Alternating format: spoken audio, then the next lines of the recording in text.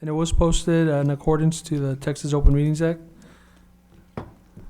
Well, need to go harder than that. There you go. First up, we have Ms. Julie Cavazos with our second budget workshop. Yeah. Thank you, Mr. Jaimes, Dr. Cavazos, board members. This is our second budget workshop for this year.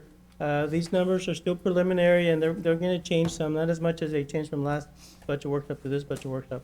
We have incorporated most of the new changes that this has passed the Senate and the House. It is still awaiting governor's signature, which is anticipated to be done this week sometime. So, again, some of these numbers you've seen before, but some of them are new. So on page 3 of your handout, and you do have this handout as well as on the screen. So on page 3 is the estimated revenues and appropriations, and we start off with our total estimated revenues, and we're looking at about $186.5 million. In local revenues, about 42.3, of which is about 38 and $1 million in delinquents, 39.3 of property taxes. State revenues about $138 million, and other revenues, the federal revenues of about 5.3. I'm going to flip on to the next slide, page number 5, and these are the estimated revenues compared to the previous year's budget. We have the 2017-18 budget, the 18-19 budget, and what we're projecting this year, and then what we estimate for 19-20. So on the 18-19 budget, if we look at our total revenues, local revenues about $44.2 million that we had for 18-19. We're expected to be about 44.1 for this fiscal year. We're budgeting 42.3, so it's less than what we had, the previous, the current budget. And the reason for that is that the state, part of what they passed was a compression of our tax rate. So this current year, we're $1.31.8 in tax rate. It's going to go down about 10 pennies to about $1.21.6, and I'll go over that in a little bit. But because our tax rate goes down, so will our property tax revenues. We estimate about $39.3 million in property tax revenues compared to what we budgeted this year, about 41.2. So there's a reduction in property tax revenues. The state will supplement those dollars with some additional funding that they have in their formula.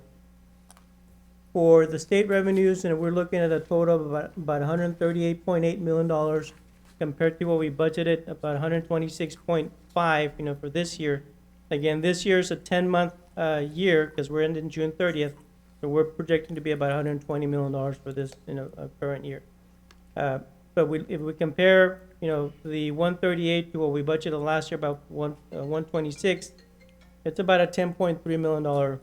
I'm sorry, it's about a little bit over $12 million increase. Federal revenues, $5.3 million. That's where we're budgeting. We're budgeting again that this year. So the total estimated revenues, and again, it's still preliminary. We're looking at about $186.5 million in total revenues that we're expected to receive, compared to the $176.1 that we budgeted last year. So that's about a $10.4 million increase in anticipated new revenues. A pretty good amount. So we go back to the previous slide. What was our actual last year, the 176? Yeah, the 176 is what we budgeted last year, and because this year is 10 months, again, because our fiscal year ends June 30th, it's 168, so there's less revenues there, but that's because we condensed our fiscal year. So we also had less expenditures, so that's going to offset those those revenues. Julio, Yep. Mr. Chair, Yes. Go ahead. I thought the tax rate was gonna be for not this year, for the following year, No. not affecting it this year. It's this year. It's this year, yeah. Wow. It is actually this year, and then there's another phase for next year. Next year, they put in a cap of 2.5% growth, that a district cannot receive more than 2.5% revenues, property tax revenues, than they did the prior year. And if we do, then the state is going to require us to reduce our tax rate even further.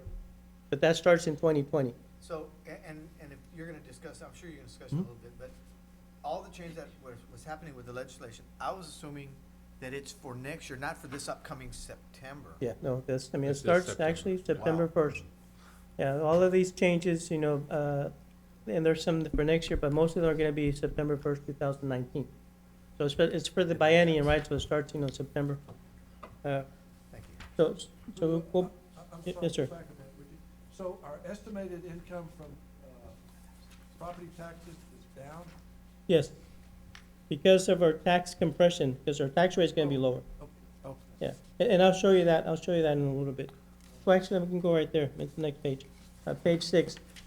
So if you look at the 2018 and the 2019, those last two columns, you see our tax rate there of $1.31.8. That's the current, tax rate that we have this year. But it's actually gonna be reduced to about $1.21.6, a little bit over 10 pennies. Because of that tax reduction, even though our property values increased, from 3.8 to, from 3.675 to 3.8, we're gonna levy less taxes. $46 million levy compared to $48 million, so about $2 million less. And we, we budget at a 98% collection rate, so actual collections in local revenue, about $39.3 million in property tax revenue compared to the 41.2 that we budgeted last year. And that starts this year. Now, it's important here because you might get some questions out in the community as we continue to, we have a July 1st budget, right? And so some districts are not gonna adopt their budget till later on. But when we went out for our TRE, we capped off our M&O tax amount to 117. This compression is probably gonna bring that tax rate to what? $6.84. So it's gonna compress it to $1.06. So we were at $1.17, it's gonna be $1.06. So the property owners are gonna see a savings, but it's because of the compression of the tax rate, so.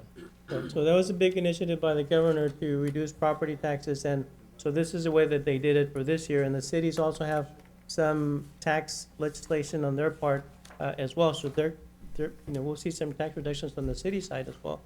But So are these based, because I know they haven't certified the tax roll. right.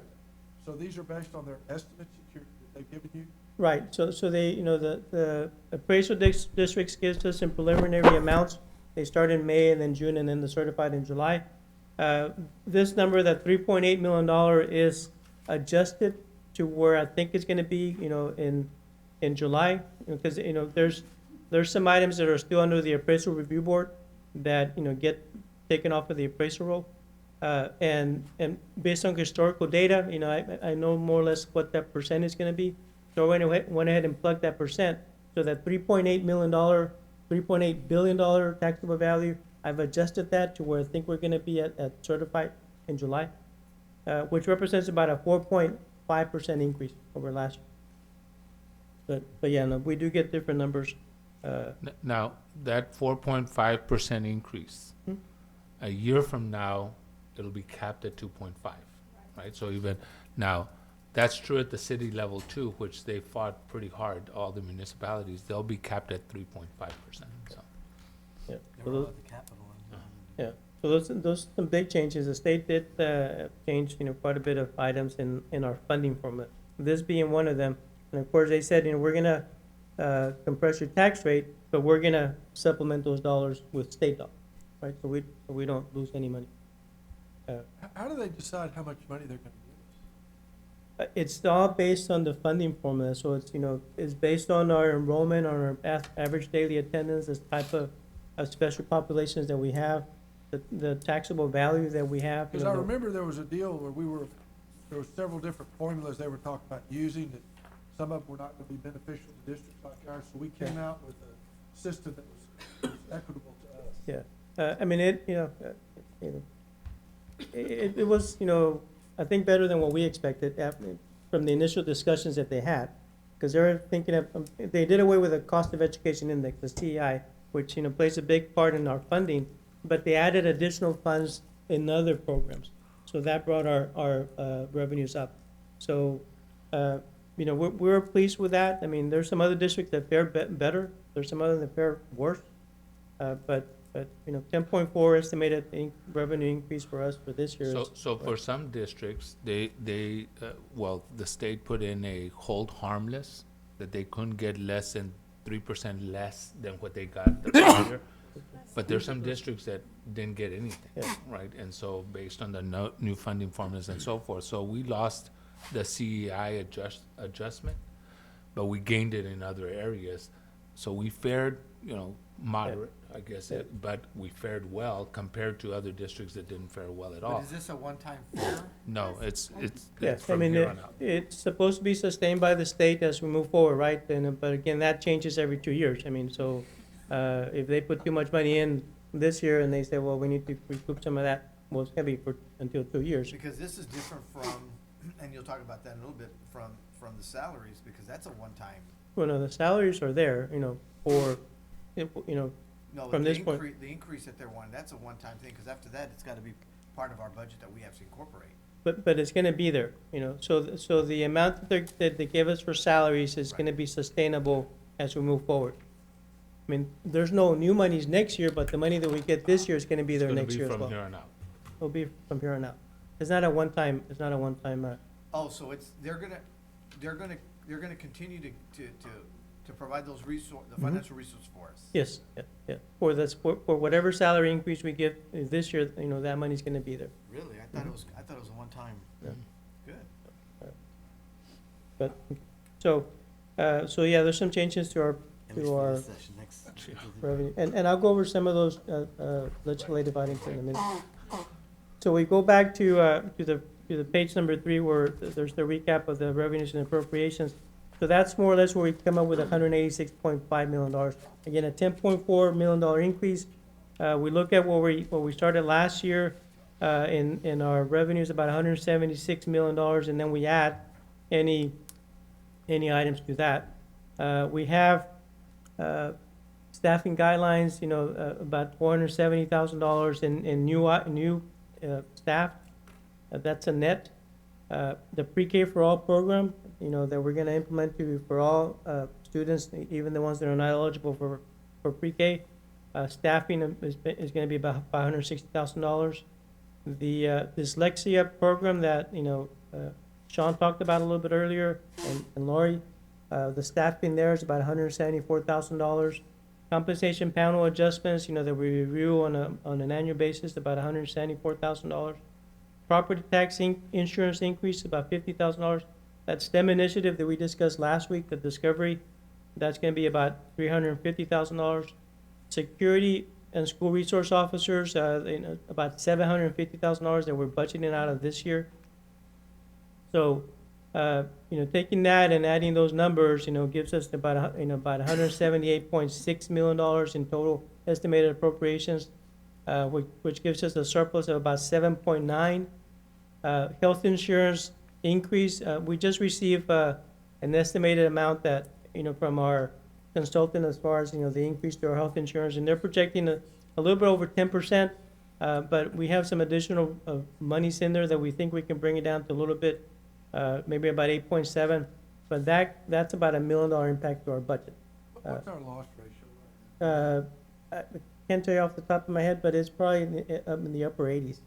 That's great. Yeah. That's good. Yeah, but the medical trends, is about 8%, 9%, so they always adjust for that. Yeah. Julio, on the, going back to the pre-K for all the $170,000, 560. 560. oh, okay, the $560,000, Mm-hmm. that is not coming from our account, that's coming from the new monies from the legislators, right? Right, it is. Okay.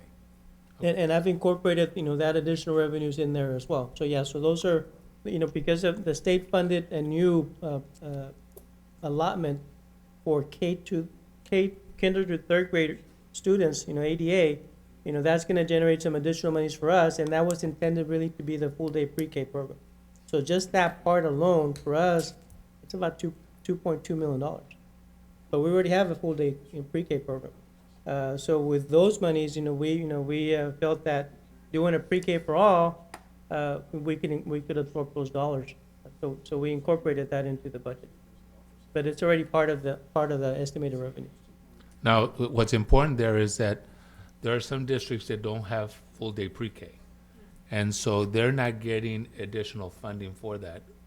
As a district, we had moved to full-day pre-K, so we were already funding it. So the new monies that are coming are releasing our monies to invest in universal pre-K. And the idea there is if they start with us, they'll finish with us. And so we're getting them early on in there. And I will tell you that the phones continue to ring off the hook on that initiative because we were charging $3,000 a year for people that didn't qualify. And so they're taking advantage of that. May I ask a question on the security school resource Mhm. officer? Is that an additional $750? Because I'm sure we had monies there already, but Right. can you talk about that? Yeah, a it is little? an additional $750,000. We have put $500,000 to implement our safety program, that we have a 5-year program that we want to implement. So part of that is going to go towards that, and the additional money that we need for the school resource officers is the COPS grant that the city has gone away, so we need to absorb those costs at least for another year. So we added additional monies to that budget. And we're still negotiating that MOU with them, so. But, so after backing out that, 8.7% increase for health insurance, we look at a surplus of about $6.9 million, right? And so in our budget, that's what we're putting in there for health insurance, and we can always adjust that. If we need to, adjust our benefits to make that increase less, we can. But we have set about $1 million, in our budget for our self-funded health insurance, right? Again, and it's our plan, so we can adjust that as we move forward. So the next slide I want to take you to is actually these are the preliminary total, Mr. Powers, that we had gotten from the appraisal district. And you see that right in the middle, that $3.9 billion.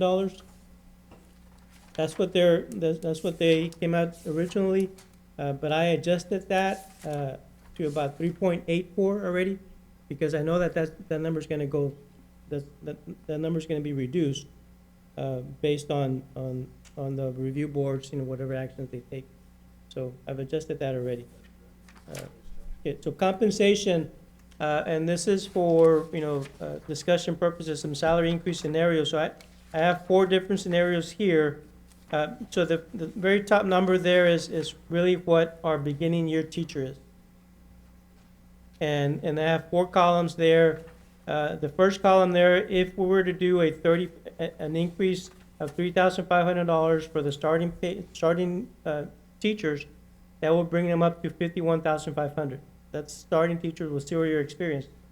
If we do and then in this scenario we would do a $4,000 increase for teachers with year 1 through 5 years of experience, and any teacher that has 6 and up would be about $4,500 per teacher. So we, the state wanted us to focus on the veteran teachers of 5 years and up. So we felt that we can do this, we can stagger this.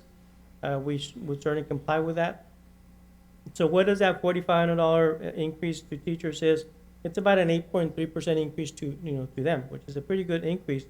And naturally, we would have to do something for administration and the hourly staff. And in this scenario, we put 3.5 administration out of the midpoint, 4.5, for hourly staff, and the total increase there, again, is $5.5 million for teachers, $866,000 for administrators, 1.4 for the clerical and hourly. A total of about $7.8 million, but because federal funds absorb some of that, about 93% is paid out of local. So that will cost $7.3 million. And again, this is an estimate.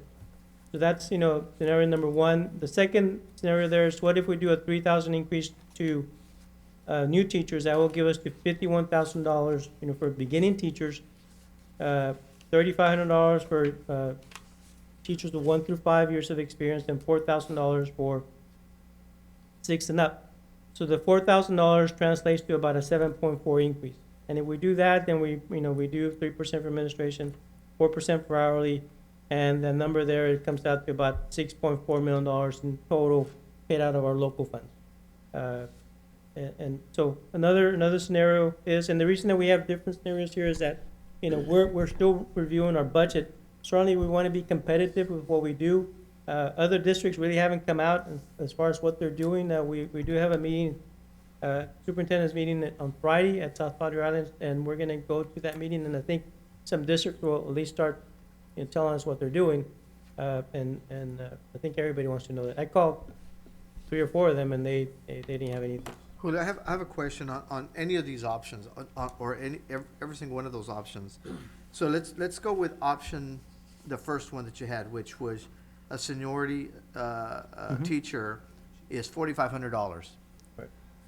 Which I think all of them is, I think that was the spirit of legislation, given the funding so that we could raise up the teachers.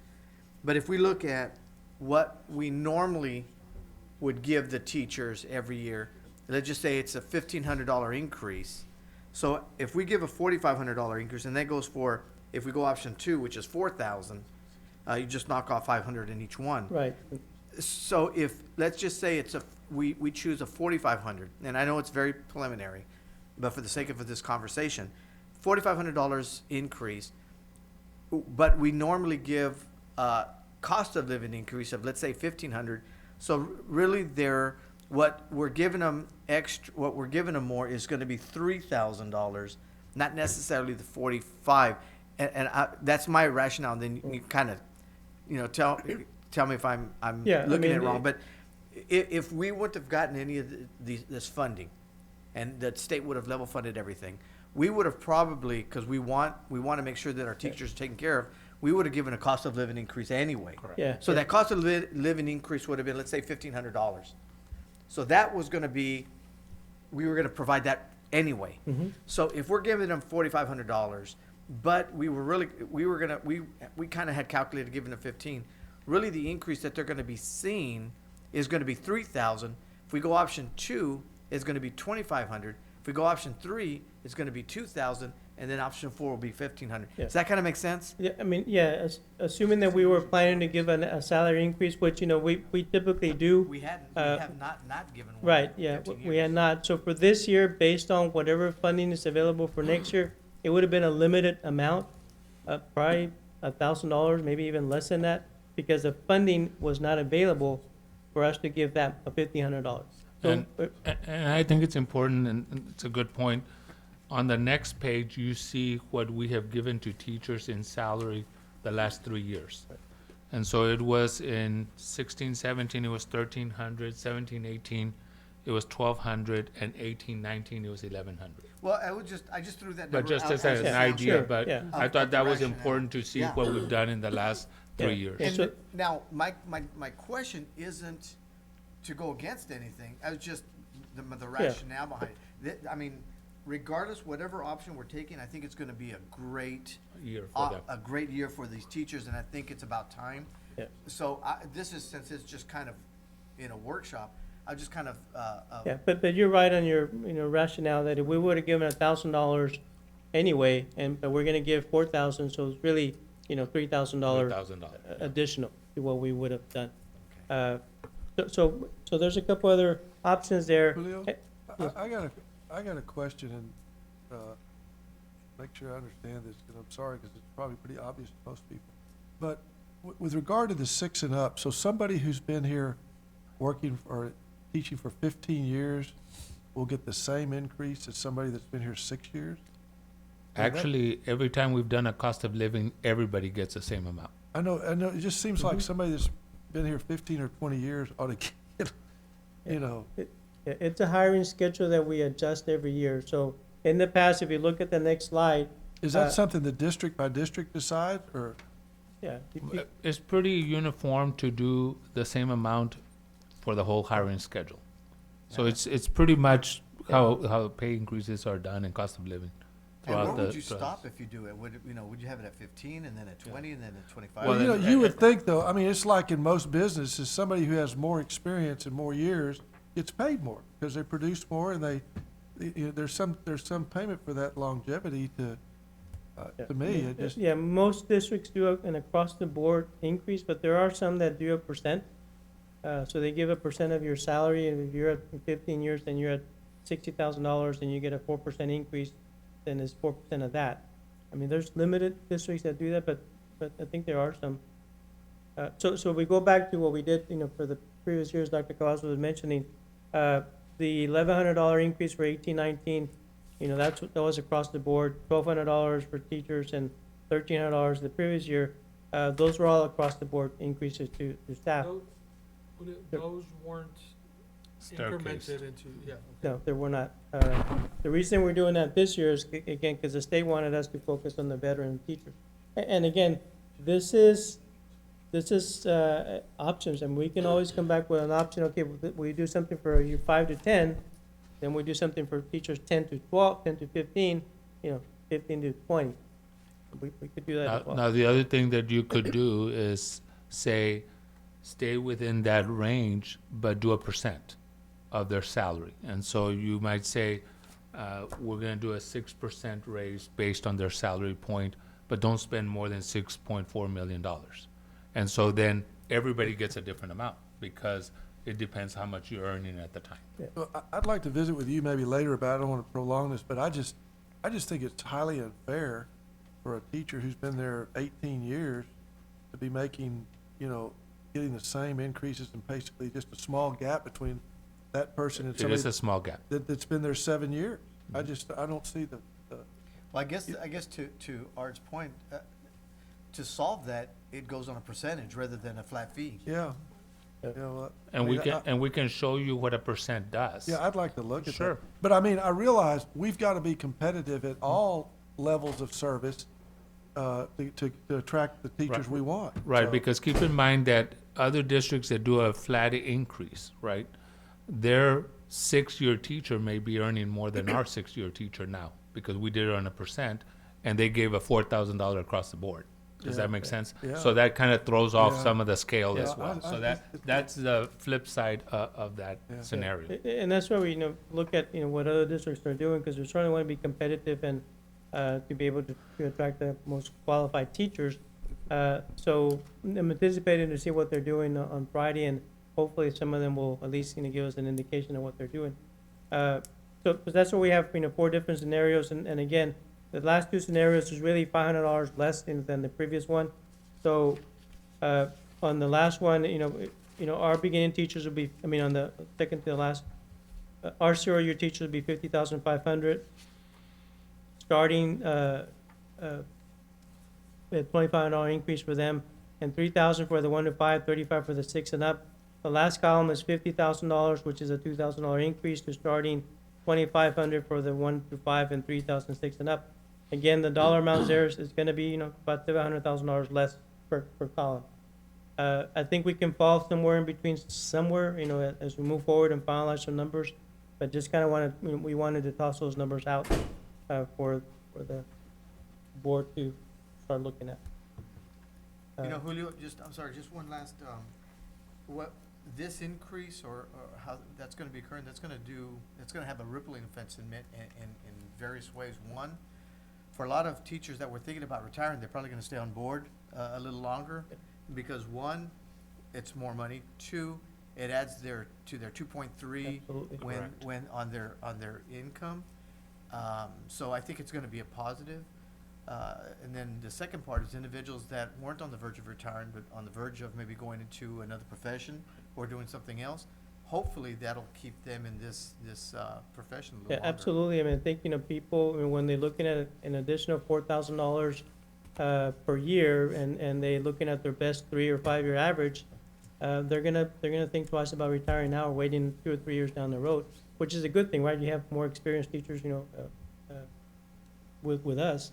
And the big intent from the state legislature was to put the money in the classroom. So that's what they tossed some numbers out there as far as the teacher increase. So again, we went over this cost of living adjustments for the previous years. That's what we've done. We also need to consider our health insurance increase there, because, we do add to that every year. In 2016-17, we had a huge increase of $529 per employee per year.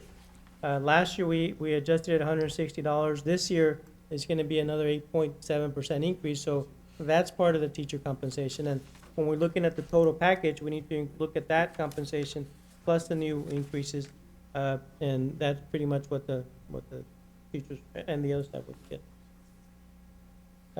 Staffing, I'm not gonna go over all of this, but this is a preliminary staffing review, and it's part of the recap that we have there.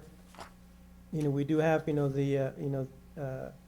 the dyslexic program there and the universal pre-K there, as well as the administrative, security and safety officer that we're looking to hire, plus an assistant principal at Means, that's part of that as well.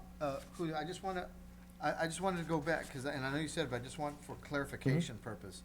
So this increase that we're looking at, regardless of whatever option it's gonna be, whether it be, whatever option they're gonna be of the four, or it may even be a fifth option, whatever we come up with later. This is not a one-time thing. Because this is gonna be a huge increase. It's gonna be an increase of almost $7 million to opposed to, we usually have 1.6, Right. 1.5. Yeah. So you're going from a $1.5 million increase that we have to look at various ways of how to make sure that we have the money to account for it. Now at 7.3, so this is not a one-time thing from the legislators, and then after that, we're gonna have to kind of scramble to see Yeah. how we're gonna have to come up with the $6-7 million every single year. That is correct. The state, in their biennium, they set the budget, that they were gonna fund this as we move forward. Now, 2 years from now, if something, drastically, economic downturn or something, that the state doesn't have the monies to fund additional programs, and they've done this in the past, they will reduce, the allocations or, the appropriations to the agencies. And we will have to, address that if that happens. Now, if by going that, are we gonna come up with a contingency plan just in the event of that does happen in 2 years? Because I know that this last biennium, everybody was level funded. Level funded minus 4%. This next biennium, I mean, we don't know what, 3 hurricanes could come up and just demolish the fund account from the state. So as long as, and I know we're in great hands with you, Julio, but as long as we have like maybe a contingency plan in the future that in the event that worst case scenario occurs, this is where we could get some of the money, or this is kind of how we would kind of break that gap. Absolutely. So I think it was 2008 8. when the state, drastically reduced our funds. For us, It was They- 5.3 million. $5.3 million, and we adjusted. Whatever we did to balance our budget, we adjusted.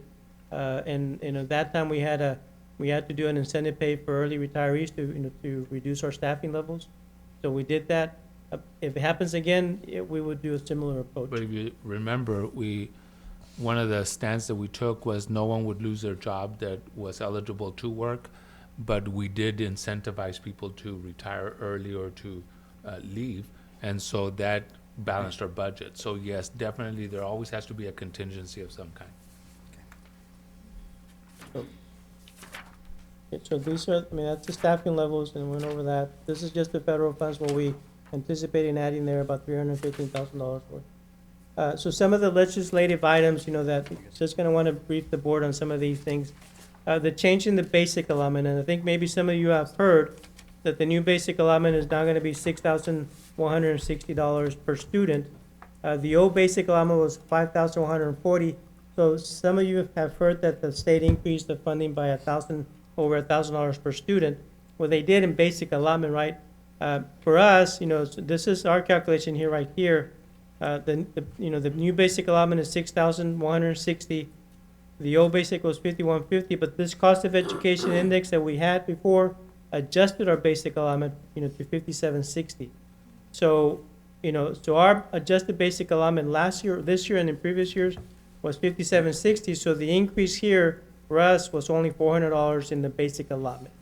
And that's a change that was done. Now we don't have this 117. That's gone away. So the state added some additional funds in other areas to try to subsidize for that difference.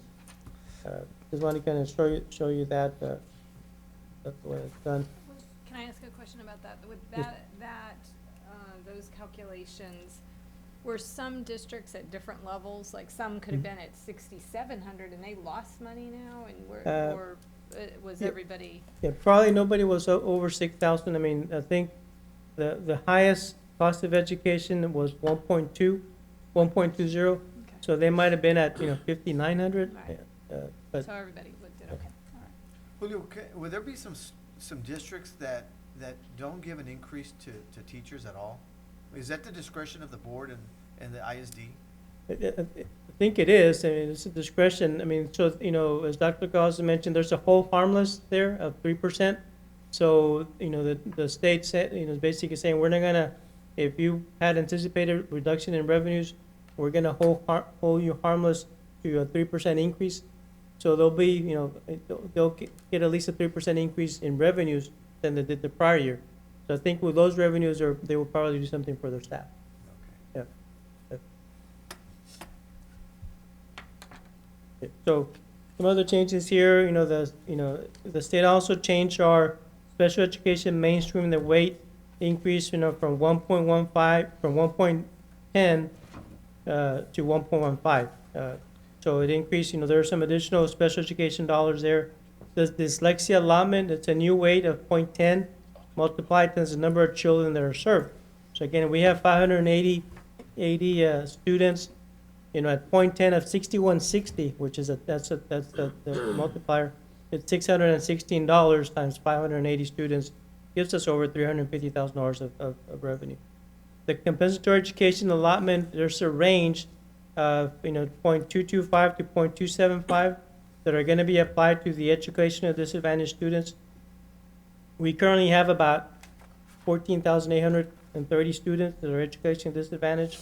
So that funding, you know, their weight is going to be between this range.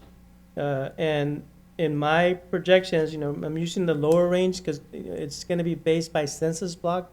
Still don't have those numbers from TEA as far as you know how our kids are going to be divided by census block. So we took the conservative approach and used a 2.25%, the 0.225%.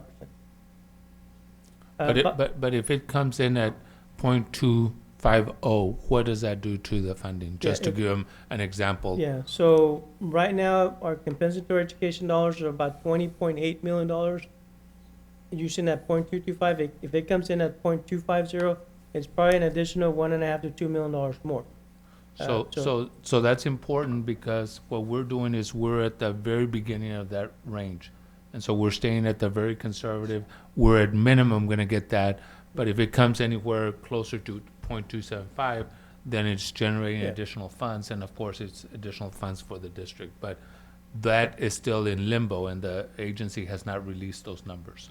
So yeah, I mean, I'm anticipating it's probably going to be, a good $1.5 million, $2 million more, we hope. But Of which we are not, so the 10.5 that he's estimating that we're gonna get an increase could be 12.5. But we're going with very conservative, so just. And on this workshop that we're doing, are you gonna break down line item by line item how we're gonna be utilizing those extra dollars? And I think that one pager does that, but we're gonna even refine it more as we go to the next session as well. Yeah, so absolutely, that one pager gives us, what we're doing with those additional new dollars. So some of the other adjustments, a bilingual adjustment, there's a new weight for dual language students, 0.15 that are ESL and 0.05 that are non-ESL in dual language. And we have 5 elementary campuses, I think, that are dual language. So this is only for the kids that are in those classes. I forgot the number of kids that we have, but this generates, for us about $630,000 in additional revenue. So those are additional revenues that we're gonna get. Career and technology, the weights, they extended the weights to grades 7 through 8. Before it was only 9 through 12, so we should get some additional funds there that I have not incorporated into our funding formula.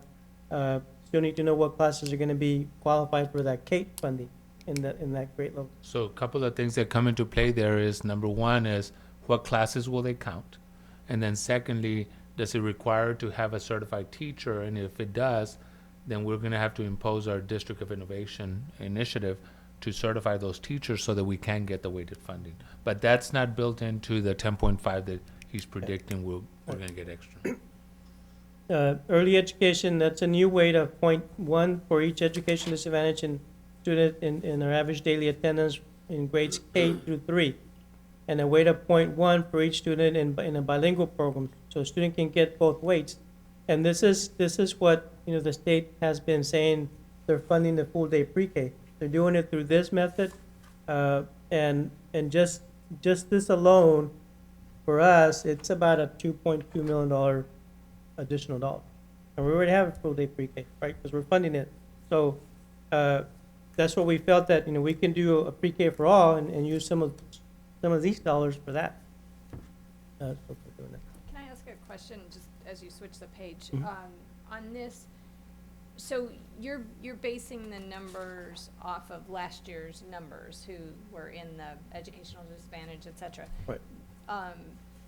And like even the dyslexia allotment, any one of these, they're based on last year's numbers. When do they take, are those the numbers we have to use, or do they take a census September Yeah. 1 and that's? Yeah, so they, these, for our projections, we use the current year numbers, which is this year. The actual revenues that we're gonna get are gonna be based on the numbers for next year. So if the numbers increase, we should get additional funds. If they decrease, then we'll get less. So we try to be conservative in our budget approach, so we take what we know that we have currently and possibly any new and we can increase it, or we can decrease it as well if we know that we're gonna have less students. But they're based on current year numbers, but it's actually for, the numbers that we get for next year. So if we end up, for example, the dyslexia program, because we were just talking about that, so 500 and maybe she said 90, Yeah. we're up to 590. Okay, well, we do a bunch of screening, we're doing a lot, we end up servicing 1,000 children, but our allotment is based on 590, we Yeah. actually kind of hurt ourselves, Yeah, right? well- Because we're getting paid on 590, but we're servicing Well, 1,000. No, we're budgeting on 590, we'll get paid on the 1,000. Right, Oh, So, Yeah. so think about, just using that scenario, if we were to grow to 1,000, realistically, we would need additional teachers. So we would invest in teachers to serve the additional 400, whatever number of kids there. yeah, if we knew for certain, that we're gonna have 1,000 students next year in the dyslexia, then we could budget for that. But because, that number, fluctuates, and it could be a little bit higher, it could be a little bit lower, we use, the current enrollment that we have now. got it, But yeah, we would get additional funds if we had more students. terrific. So they also put some monies in college and career and military readiness. They have some bonus funds for the districts, and the awarded amounts are 5,000 for education disadvantage, 3,000 for those non-educational disadvantage, and $2,000 for students enrolled in special education programs. Still getting some information on that. That is not incorporated in the budget. So, hopefully we'll get some additional dollars there and we can decide how we're gonna use those. Teacher incentive allotment, also they have talked about, they put some monies in for teacher incentives, anywhere from a $3,000 to a $32,000 allotment for teachers, which is quite a bit. Wow. So it's based on the designation and the place of work of the teacher. Still getting some information. I don't know if that's gonna be through a grant program, that they're gonna have those funds, but it's gonna be a sizable amount.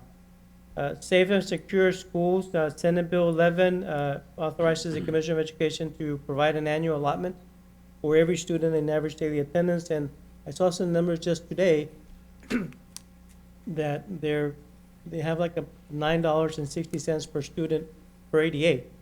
So we multiply 960 times 17,125, that's about $160,000 in monies that we get for safe and secure schools. But there's a whole list of things in that bill that they want us to do. Yeah, including mental awareness and other, types of safety items. Okay, so real quick, the tax compression, the tax, has compressed, or it's gonna reduce our maintenance and operation tax rate. We're currently at $1.17. The compression is gonna be, it's gonna put us about $6.84. So the savings for a property owner, and this is just, let's say, $150,000 value in a taxable house, a homestead exemption of $25,000, so their assessed taxable value is $125,000. The change in tax rate from 117 to 106.84 is about 1016, a little bit over 10 cents.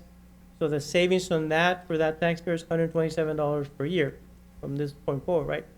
Next year there'll be another compression, so there'll be an additional savings for that taxpayer, which is what the governor and the state want. So, I mean, that's what I have in our presentations. Again, these are preliminary numbers. We're getting closer to what we think we're gonna get. We do have to adopt our budget by June the 30th, and would like to have a public hearing the last week of June. I think we said June 25th, 25th 26th, and 27th, I think. 27th, June 27th. And we'll start fine tuning these numbers. But certainly if there's any questions from now till then, please, don't hesitate and give us a call, Dr. Cavazos, and as we finalize, our projections. You got to answer any other questions? So the 27th is a special board meeting That's correct, that you'll let us know? yes, Do we know the time? It'll probably be right at 6 o'clock, right, Sonia? 6 o'clock, There'll be a public hearing too. Yes, public hearing. which will precede, what, 5:45? 5:45 do? public hearing, and then the, 6 the o'clock special to- board meeting at 6 to adopt the budget. So just a couple of things, and this is our second budget workshop, but a couple of things just to remind the board that built into this budget is our Director of Safety and Security, and that's to illuminate the importance of the 5-year safety plan as well. In addition to that, we're gonna have a one-time windfall to our fund balance because we went to a different budget cycle. And so we can expect about maybe $5.5 million added to our fund balance. But I do want to remind you that we've made a commitment to build a transition program for special needs kids. We have put $500,000 aside in our TRE budget, but may need some more. And so that might be a one-time expenditure that will come back to the board requesting once it's designed. The other thing is, I want you to have a comfort level that we are being very conservative in this budget because we do have a new budget cycle. We have to do it by July 1st. And so our numbers are very conservative and it's by intent. It's by design. And so we wanted to bring all this forward, but realizing that there's still some moving parts that may generate additional funding for our district that we're not accounting for in this part of the budget discussion. So just wanted you all to have a comfort level to that. Any more questions or comments for Mr. Cavazos? Just a comment to Julio. Thank you so much for the way you go through this and explain everything, and it was really very clear, and I appreciate the work. We all do, I'm sure. I concur. Good. Thank And you, again, these, like Dr. Ross said, they're, still preliminary numbers. We're getting closer to a good, solid recommendation, and we do want to be conservative.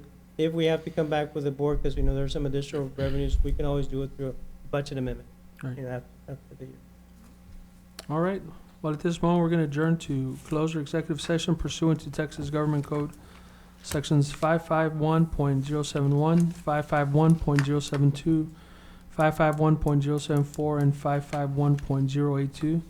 The Open Meetings Act for the following purpose: to discuss employment of teachers and other professional staff. Deb, come on, Deb, there.